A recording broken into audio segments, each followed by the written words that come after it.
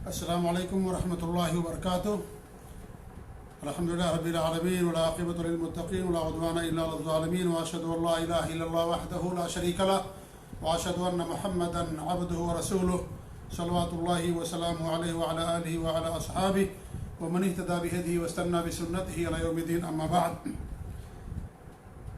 اللہ کے رسول صلی اللہ علیہ وسلم کی پیاری پیاری وصیتیں، یہ سلسلہ گزشتہ ہفتے ہم نے شروع کیا تھا، اور پہلے درس میں وصیت کے تعلق سے کچھ باتیں آپ لوگوں کے سامنے میں نے رکھی تھی۔ آج سے باقاعدہ طور پر اللہ کے رسول صلی اللہ علیہ وسلم کی وصیتوں کو بیان کرنا شروع کیا جا رہا ہے۔ اللہ رب العالمین ہمیں توفیق دے۔ البتہ یہ ذہن میں بات رہے کہ ان وصیتوں کے اختیار کرنے کا، انتخاب کرنے کا کوئی خاص منہج اور طریقہ نہیں ہے، صرف شرط ہماری یہ ہے کہ وہ حدیث صحیح ہونی چاہیے جو وصیت سے متعلق ہے۔ تو جتنی بھی حدیثیں ہم بیان کریں گے وہ ساری کی ساری صحیح حدیثیں انشاءاللہ آپ کے سامنے بیان کی جائیں گی۔ آئیے آج کے تعلق سے جو وصیتیں ہیں، پہلے اس حدیث کو پڑھتے ہیں، اور حدیث پڑھنے کے بعد ایک ایک وصیت کا ترجمہ اور اس کی تفسیر مختصر طور پر آپ لوگوں کے سامنے کریں گے انشاءاللہ۔ عن معاذ بن جبل رضی اللہ تعالی عنہ قال قلت یا رسول اللہ اوصنی فقال اعبد اللہ کأنک تراہ وعدد نفسک من الموتى واذکر اللہ عز وجل عند كل حجر وعند كل شجر وإذا عملت سيئة فاعمل بجنبها حسنة السر بالسر والعلانية بالعلانية ثم قال ألا أخبرك بأملك الناس من ذلك قلت بلى يا رسول الله فأخذ بطرف لسانه فقلت يا رسول الله كأنه يتهاون به فقال النبي صلى الله عليه وسلم وهل يكب الناس على مناخرهم في النار إلا هذا وأخذ بطرف لسانه۔ یہ حدیث ترغیب اور ترہیب کی ہے، امام منذری رحمۃ اللہ علیہ کی معرکۃ الآراء اور بڑی مشہور تصنیف، اور اس حدیث کو امام البانی رحمۃ اللہ علیہ نے صحیح قرار دیا ہے۔ اس حدیث کے راوی ہیں معاذ بن جبل رضی اللہ تعالیٰ عنہ، بڑے مشہور صحابی۔ 18 سال کی عمر میں انہوں نے اسلام قبول کیا، اور 35 سال کی عمر میں طاعون امواس میں ان کی شہادت ہو گئی۔ اسلام میں حلال و حرام کے سب سے زیادہ جاننے والے تھے معاذ بن جبل رضی اللہ تعالیٰ عنہ۔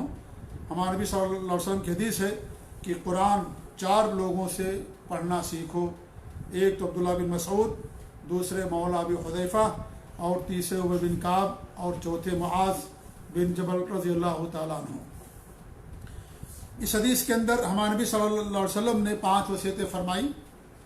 حضرت معاذ بن جبل نے اللہ کے رسول سے کہا کہ اوصنی، مجھے وصیت کیجیے۔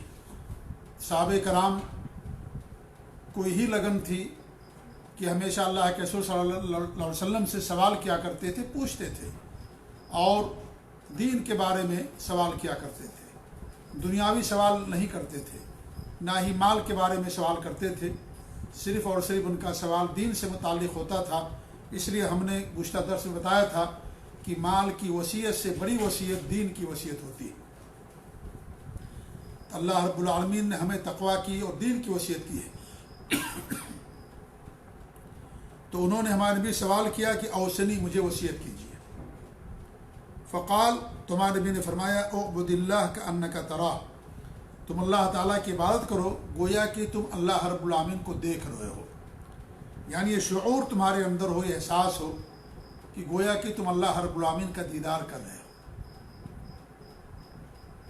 اور کیوں؟ اس لیے کہ جب یہ شعور انسان کے اندر پیدا ہو جائے گا تو انسان کی عبادتوں کے اندر لذت پیدا ہوتی ہے، اسے لذت ملتی ہے، اور انسان عبادت کو بوجھ نہیں سمجھتا ہے، بلکہ اور نہ ہی اسے عادت سمجھ کر کے انجام دیتا ہے، بلکہ جب اللہ تعالیٰ کی بات کرتا ہے تو اسے لذت ملتی ہے، خوشی ملتی ہے، راحت ملتی ہے، اور جب کوئی عبادت چھوٹ جاتی ہے تو اسے بہت زیادہ تکلیف ہوتی ہے۔ یہ کب پیدا ہوگا؟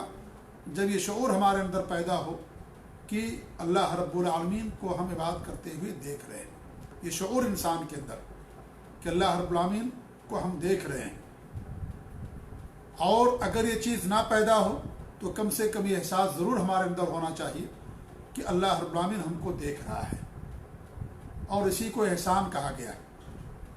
جبریل امین علیہ الصلوۃ والسلام ہمارے نبی صلی اللہ علیہ وسلم کے پاس آئے تو ہمارے نبی سے بہت ساری باتوں کے بارے میں سوال کیا، انہیں میں سے ایک سوال تھا احسان کے بارے میں۔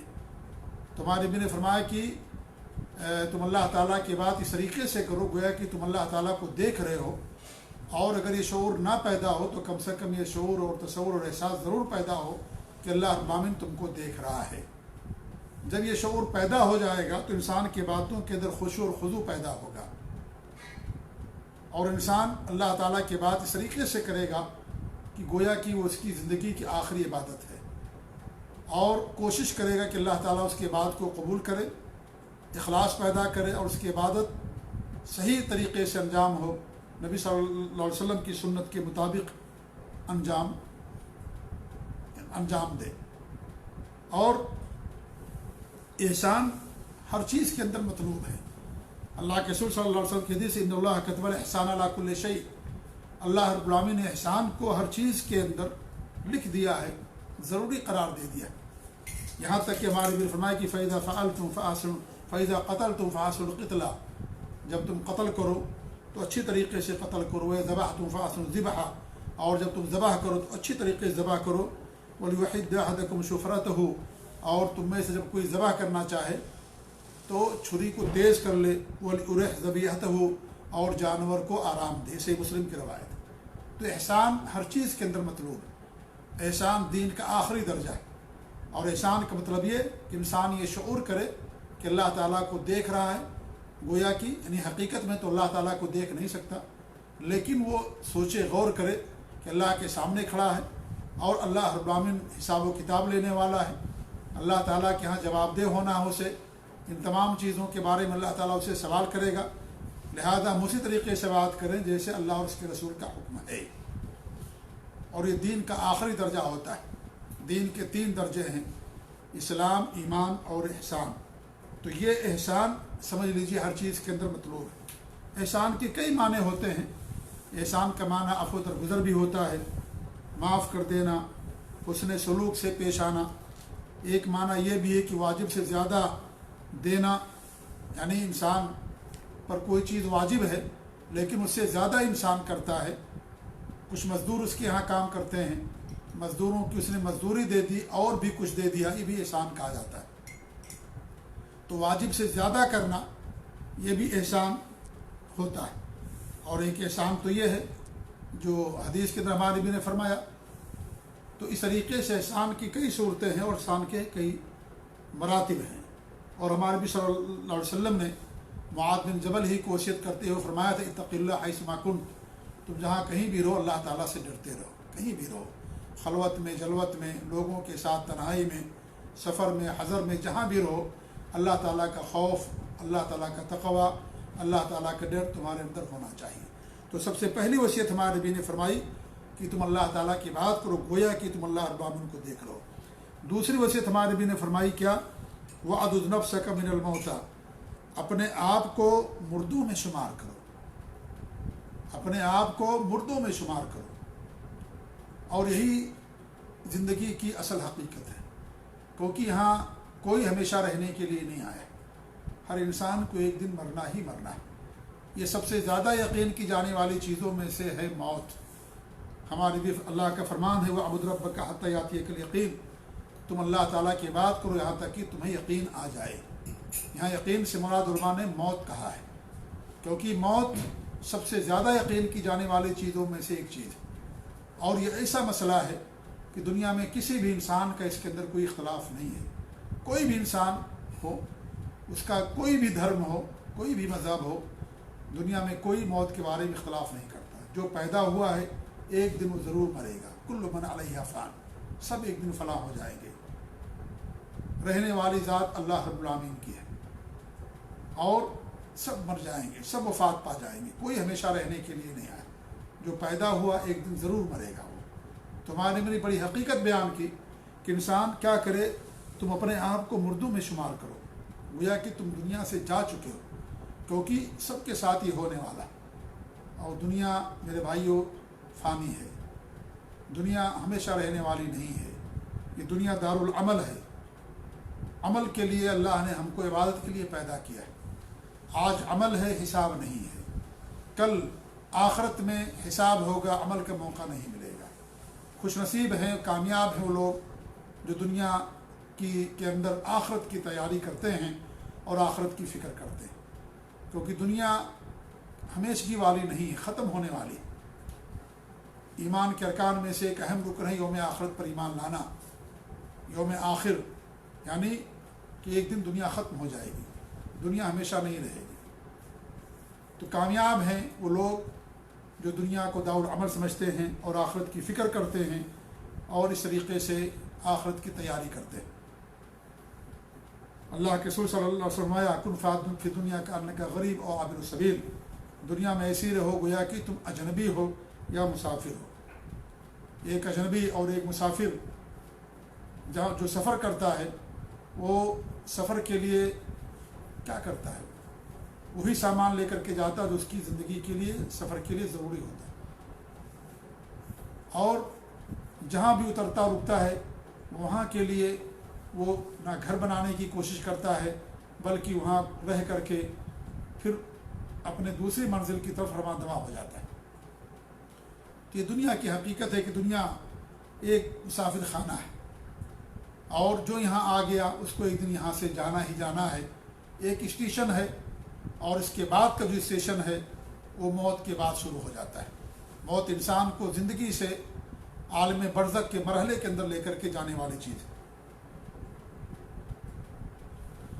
اللہ کے رسول صلی اللہ علیہ وسلم فرمایا کہ موت کو سب سے زیادہ یاد کیا کرو، اکثر من ذکر حاتم اللذات، لذتوں کو توڑ دینے والی موت کو کثرت سے یاد کیا کرو۔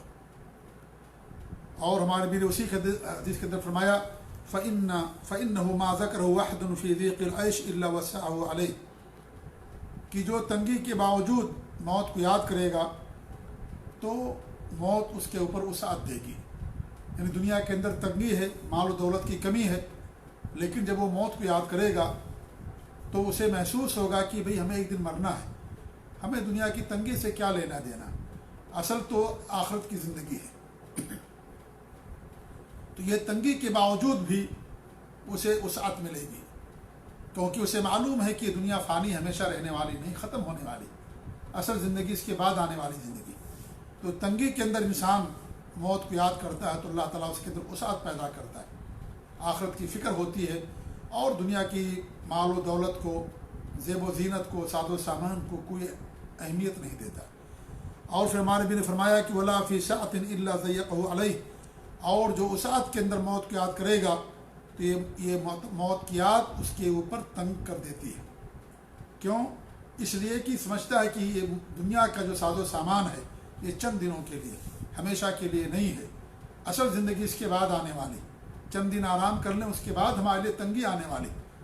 تو یہ موت کی یاد انسان کے اندر یہ فکر پیدا کرتی ہے کہ انسان اگر تنگی میں ہے اور وہ مایوسی کا شکار ہے، یا انسان کے پاس وسعت ہے، مال و دولت ہے، لیکن غفلت کا شکار ہے، تو اس کا علاج یہ ہے کہ انسان موت کے بارے میں فکر کرے، ہمیشہ اپنی نگاہوں کے سامنے موت کو رکھے، اور جو موت یاد کرتا ہے اور موت کے بعد آنے والی مراحل کے لیے تیاری کرتا ہے وہ سب سے زیادہ عقل مند انسان ہے۔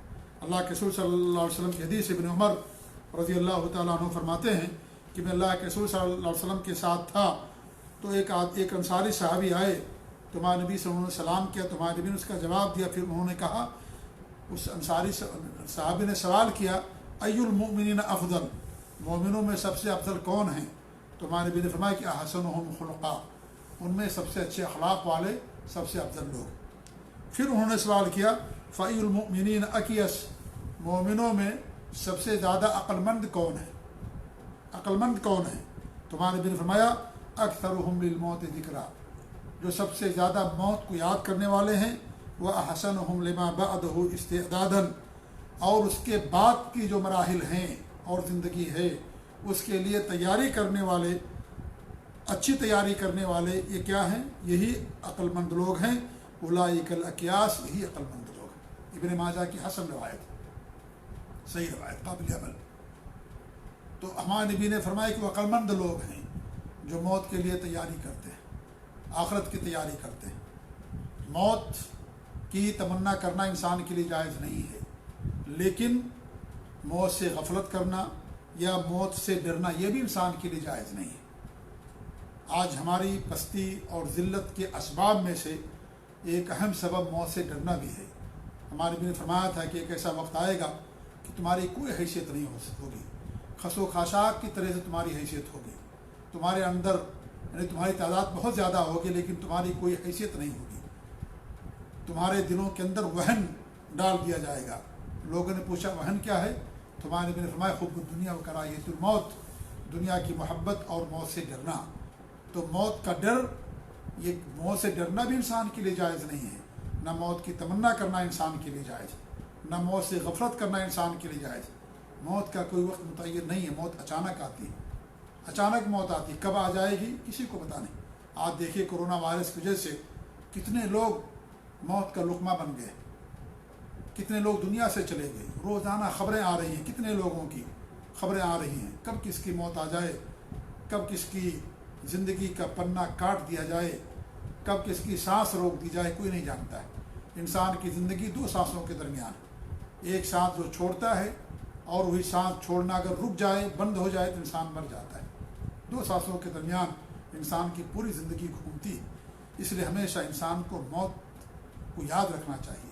موت سے وہی ڈرتے ہیں جن کے پاس موت کی تیاری نہیں ہوتی، جن کے پاس موت کی تیاری ہوتی ہے، آخرت کی تیاری ہوتی ہے، وہ موت سے نہیں ڈرتے۔ اس کی مثال ان بچوں کے طریقے سے ہیں، جو بچے امتحان کی تیاری کرتے ہیں مکمل، وہ کبھی امتحان سے نہیں ڈرتے کیونکہ مکمل تیاری میں۔ وہی بچے ڈرتے ہیں جو جو امتحان کی تیاری سے بھاگتے، تیاری نہیں کرتے، غفلت میں پورا وقت ضائع کر دیتے ہیں، برباد کر دیتے ہیں، اور جب امتحان کا وقت آتا تو ڈرتے ہیں، کانپتے ہیں اور رات بھر جا کر کے اس کی تیاری کرتے ہیں۔ تو موت سے وہی ڈرتا ہے جس کے پاس عمل نہیں ہوتا، جس کے پاس تیاری نہیں ہوتی۔ اس کی مثال میں ایک دوں، سعودی عرب کے اندر تصریح سے، حج کی تصریح، حج کرنے کے لیے تصریح ضروری ہوتی ہے گورنمنٹ کی طرف سے۔ جو لوگ حج پر جاتے ہیں ان کے پاس تصریح ہوتی ہے، انہیں کوئی فکر نہیں ہوتی، کوئی ڈر نہیں ہوتا، جہاں بھی چیکنگ ہوتی ہے سینہ تان کر کے تصریح دکھا دیتے ہیں۔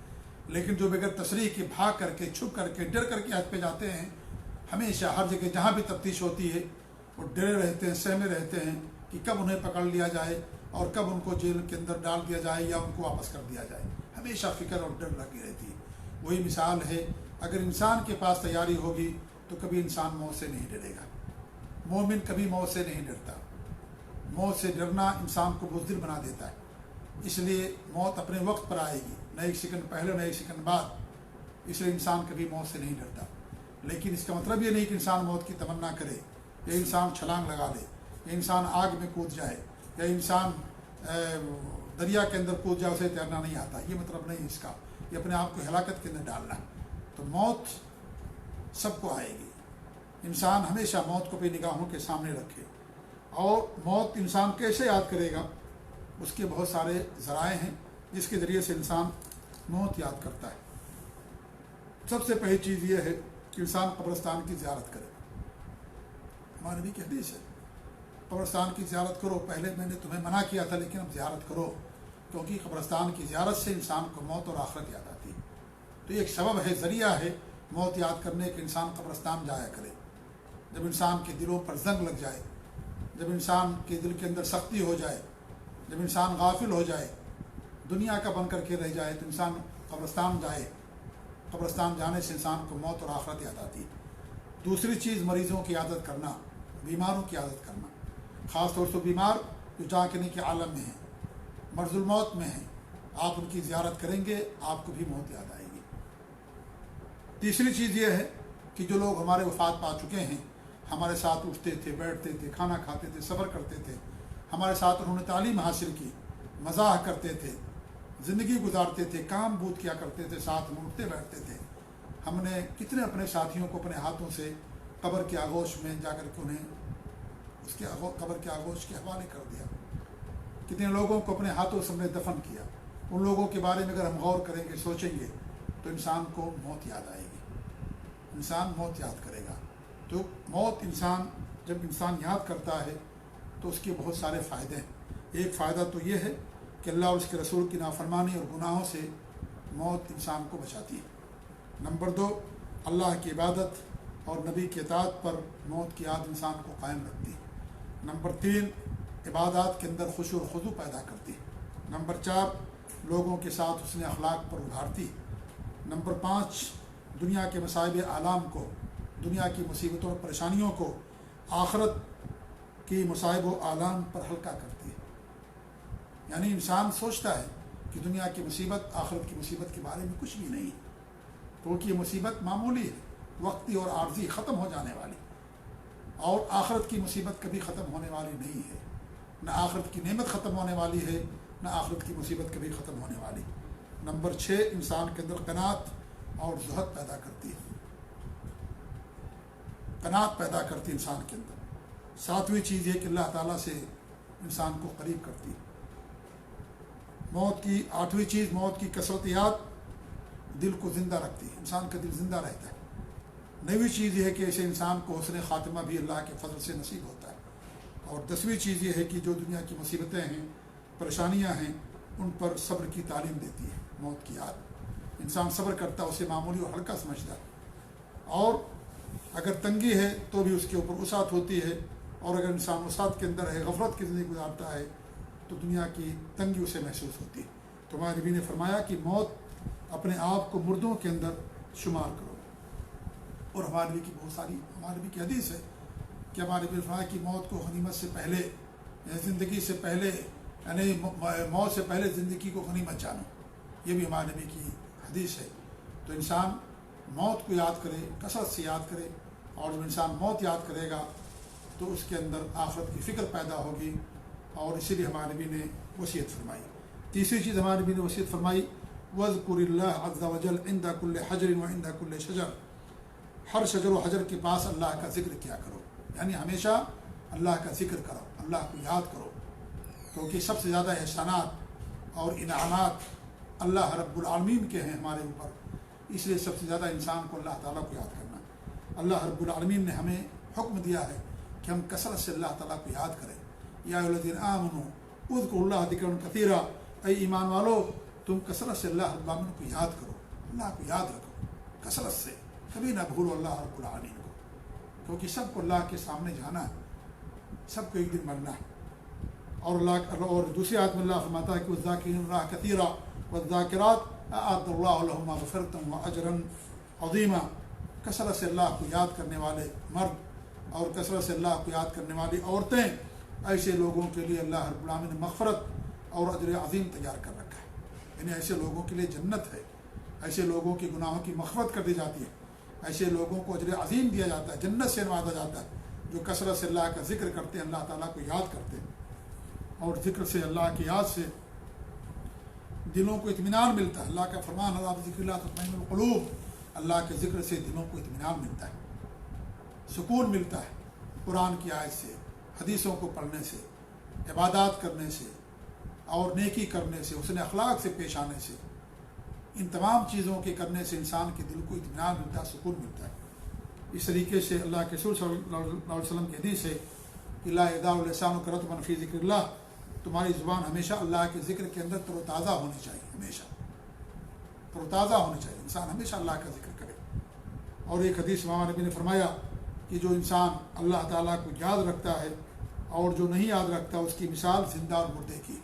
یہ صحیح بخاری کی روایت ہے، جو اللہ کو یاد رکھتا ہے وہ زندہ ہے، جو اللہ کو بھول جاتا ہے وہ مردہ ہے۔ کتنے ایسے لوگ جو آج زندہ ہیں لیکن مردوں میں ان کا شمار ہوتا ہے، کیونکہ وہ اللہ رب العالمین کو یاد نہیں رکھتے۔ کتنے لوگ دنیا سے وفات پا چکے ہیں لیکن آج بھی ہمارے درمیان زندہ ہیں، ان کا ذکر ہوتا ہے، ان کا نام لیا جاتا ہے۔ تو اللہ کا ذکر انسان کو ہمیشہ کرنا چاہیے۔ اللہ کا ذکر کیا ہے؟ قرآن اللہ کا ذکر ہے، نمازیں اللہ کا ذکر ہیں، تمام عبادات اللہ کا ذکر ہیں، اللہ کے رسول صلی اللہ علیہ وسلم کی حدیثیں اللہ رب العالمین کا ذکر ہیں، یہ سارے اذکار ہیں، صبح و شام کے اذکار ہیں۔ نماز جمعہ اللہ کا ذکر ہے، پورا دین اللہ رب العالمین کا ذکر ہے، پورا دین اللہ کا ذکر ہے۔ اللہ فرماتا ہے وَأَنزَلْنَا إِلَيْكَ الذِّكْرَ لِتُبَيِّنَ لِلنَّاسِ مَا نُزِّلَ إِلَيْهِمْ، ہم نے آپ کی طرف ذکر کو نازل کیا تاکہ آپ لوگوں کو کھول کھول کر کے بیان کر دیں۔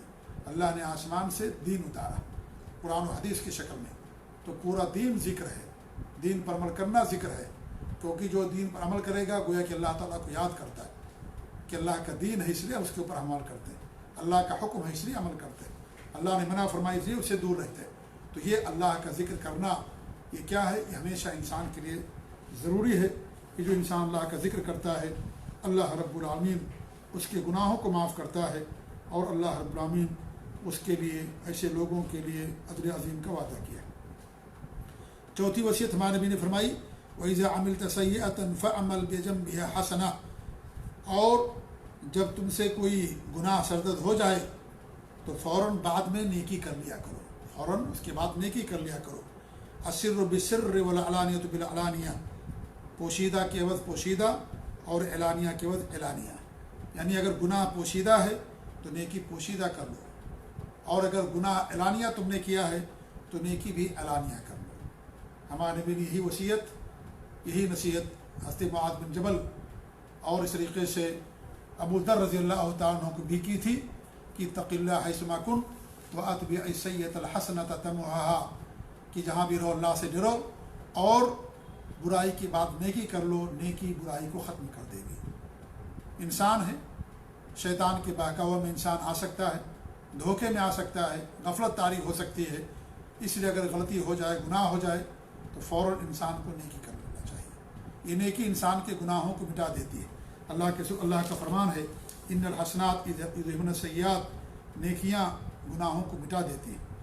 اور اس آیت کا شان نزول یہ ہے، جیسا کہ صحیح بخاری اور صحیح مسلم کی روایت ہے کہ ایک شخص اللہ کے رسول کے پاس آئے اور انہوں نے ایک اجنبی عورت کو بوسہ دے دیا تھا، تو انہیں احساس ہوا، تو ہمارے نبی کی خدمت میں حاضر ہوئے اور آپ کو خبر دی، تو اللہ رب العالمین نے آیت نازل فرمائی، تو انہوں نے کہا کہ کیا یہ آیت صرف میرے لیے ہے یہ حکم؟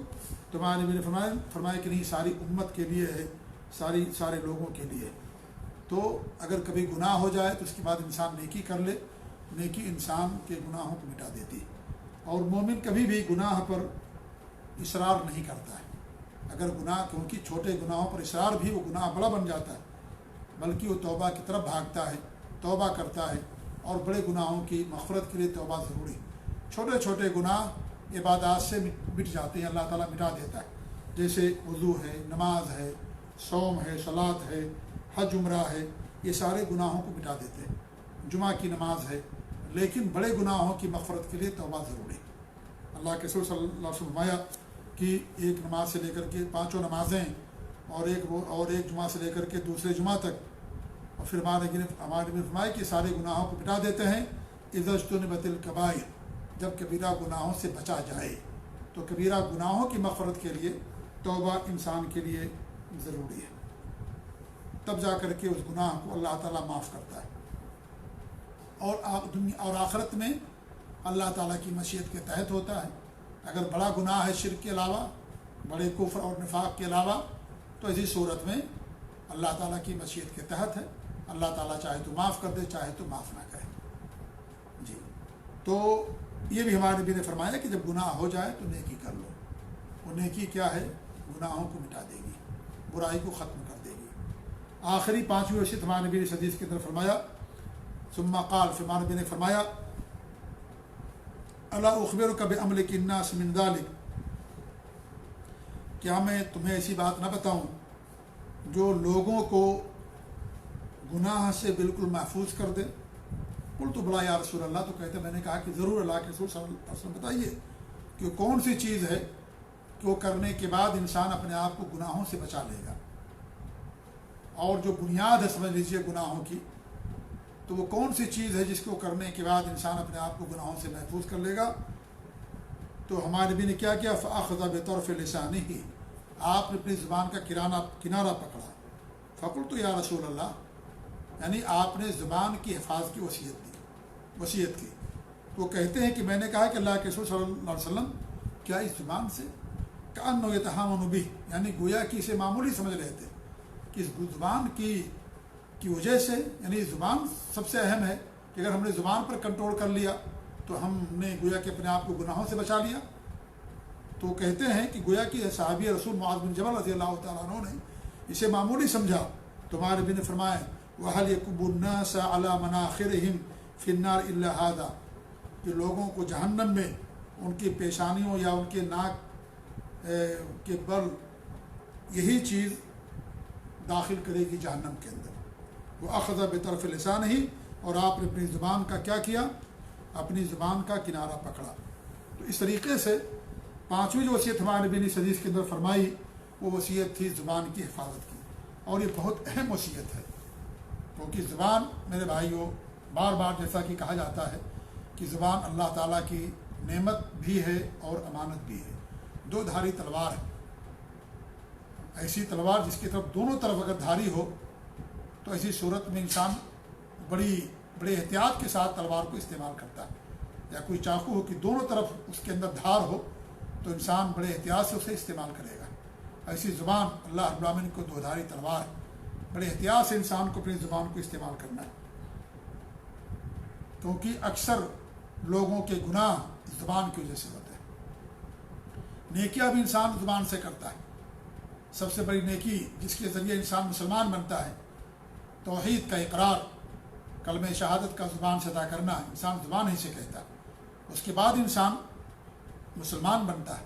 جب تک زبان سے ادا نہیں کرے گا اشہد اللہ الہ الا اللہ واشہد ان محمدا عبدہ ورسولہ، اس وقت تک وہ مسلمان نہیں ہوتا ہے۔ زبان سے اقرار کرنا ضروری ہے، گواہی دینا، شہادت دینا ضروری انسان کے لیے۔ سب سے بڑی نیکی بھی انسان زبان سے کرتا ہے، اور جو سب سے بڑا گناہ ہے شرک اور کفر وہ بھی انسان زبان ہی سے کرتا ہے۔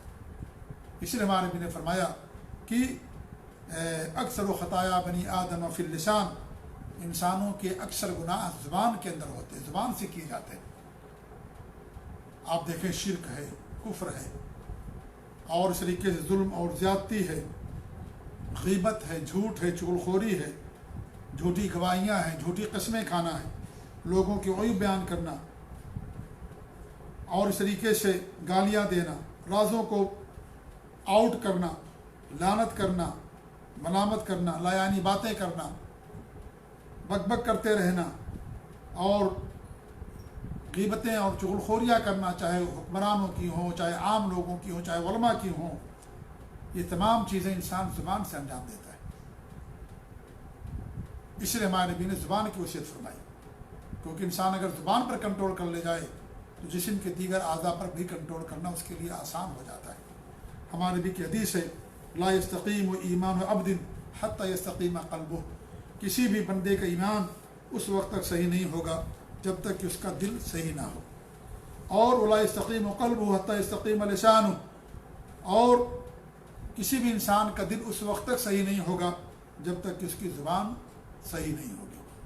جب تک زبان استقامت پر نہیں رہے گی اس وقت انسان کا دل بھی سیدھا نہیں ہو سکتا ہے۔ تو زبان کی حفاظت ہمارے لیے بہت ضروری ہے۔ ایک حدیث میں نبی نے فرمایا، سنن ترمذی کی روایت، مسند احمد کی حدیث تھی، صحیح حدیث ہیں ساری جو آپ کے سامنے پیش کی جاتی ہیں۔ ہمارے نبی نے فرمایا کہ امسک علیک لسانک، اپنی زبان کو روک کر کے رکھو، ولیسعک بیتک، گھر تمہارے لیے کافی ہو، گھر کے اندر رہو، وہ اب کی علی خطیئتک، اور اپنے گناہوں پر رو، گناہ ہو جائے رو، فخر نہ کرو نعوذ باللہ، بلکہ گناہوں پر رو۔ یہ سنن ترمذی کی روایت ہے۔ تو اس طریقے سے زبان کی حفاظت کرنا بہت اہم وصیت ہے۔ اور ایک حدیث میں نبی صلی اللہ علیہ وسلم فرمایا من یضمن لی ما بین لحیہ و فرجیہ اضمن لہ بالجنہ، سے بخاری کی حدیث، جو آدمی اس کے دونوں جبڑوں کے درمیان یعنی زبان اور دونوں پیروں کے درمیان جو شرمگاہ ہے، ان دونوں کی حفاظت کی اگر انسان مجھ سے گارنٹی دے دے تو میں اس کے لیے جنت کی گارنٹی لیتا۔ تو انسان کو اپنے زبان پر قابو کرنا، زبان کی حفاظت کرنا انسان کے لیے بہت زیادہ ضروری ہے۔ اللہ کے رسول صلی اللہ علیہ وسلم کی حدیث ہے من حسن اسلام المرء ترکہ ما لا یعنی، یہ اسلام کی خوبیوں میں سے، اچھائیوں میں سے ہے کہ انسان ان چیزوں کو چھوڑ دے جس کا اسے کوئی تعلق نہ ہو، ان کو چھوڑ دے، اپنا وقت لیانی باتوں میں صرف نہ کرے۔ جس چیز کے بارے میں اسے سوال نہیں کیا جائے گا اس چیز کے بارے میں اپنے وقت کو نہ گنوائے، جو اس کی اپنی ذمہ داریاں ان ذمہ داریوں کو ادا کرے اور دوسروں کی ذمہ داریوں میں داخل نہ ہو، دوسروں کے بارے میں وہ غیبتیں نہ کرے، دوسروں کے بارے میں نہ سوچے، یعنی ان کی غیبت کرنا یا اس طریقے سے ان کے گناہوں کو، ان کی خامیوں کو ان کی غلطیوں کو بیان کرنا ان کے پیٹھ پیچھے یہ سراسر شریعت کے اندر حرام ہے، اور لایعنی باتوں میں اپنے آپ کو برباد کر دینا ہے۔ اس لیے اسی انسان کا اسلام اچھا ہے جو اپنی زبان کی حفاظت کرتا ہے، زبان پر کنٹرول کرتا ہے۔ تو ہمارے نبی صلی اللہ علیہ وسلم نے اس حدیث کے اندر 5 چیزوں کی وصیت فرمائی۔ سب سے پہلی وصیت اللہ تعالیٰ کی تھی، اس لیے بات کرو گویا کہ تم اللہ تعالیٰ کو دیکھ رہے ہو، اور دوسری وصیت یہ تھی کہ اپنے آپ کو مردوں میں شمار کرو، اور تیسری وصیت یہ تھی کہ ہمیشہ اللہ تعالیٰ کا ذکر کرو، اور چوتھی وصیت یہ تھی کہ جب غلطی و گناہ ہو جائے تو نیکی کر لو، اور 5ویں وصیت یہ تھی کہ زبان کی حفاظت کرو۔ اللہ سے دعا کہ اللہ رب العالمین ہمیں ان تمام وصیتوں پر عمل کرنے کی توفیق دے، آمین۔ وجزاکم اللہ خیر، والسلام علیکم ورحمۃ اللہ وبرکاتہ۔